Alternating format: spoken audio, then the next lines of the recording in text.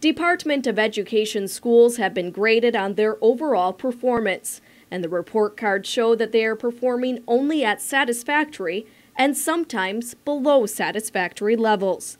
The report tells us that scores dropped in 27 schools from the 2010-2011 to the 2011-2012 school years, while 11 improved, and Untalon Middle School score remained unchanged.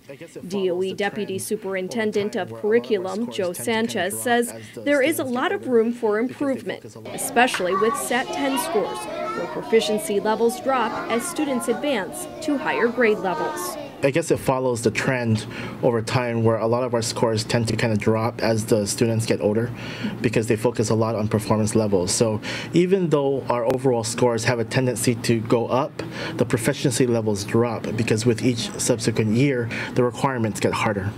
So the percentages of students who are proficient in English, language arts, and math tend to drop over the years, and that shows in the school's report card. But SAT 10 scores aren't the only area where school performance is rated. Performance classifications also include employee attendance, discipline rates, dropout rates, and passing rates. Passing rates drop as students advance from elementary to middle to high school, with only 77% passing at the high school level. But Sanchez says that trend might also be telling us that different measures should be considered at the elementary school level. So we want to look at least with the elementary schools, possibly standards-based grading, which would be a little bit more accurate, because when we say a student's getting an A in reading, what does that mean? You know, I mean, we're not really identifying specifically what are the skills that they're strong in or not strong in.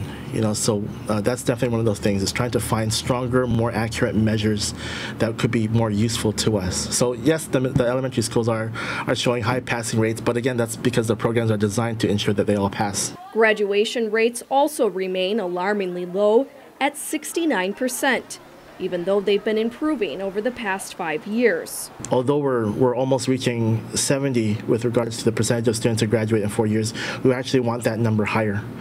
You know, and some of those things is really trying to work more with the high schools to determine what are some of the factors that are keeping students in school, and maybe kind of stressing those. All of the scores will be taken into consideration over the next few weeks as DOE Superintendent John Fernandez sits down with school principals to determine how to improve performance rates at all DOE schools. What schools continue to do now is they continue to take the SAT 10 scores, disaggregate it based on a number of different variables: socioeconomic status, special education, English proficiency, and try to determine what are some of the specific needs of different groups of students, as well as taking a look at what's called the item analysis, which really breaks down in detail what the specific skills are that students are weak in.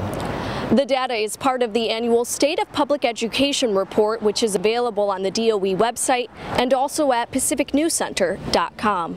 Betsy Brown, PNC News.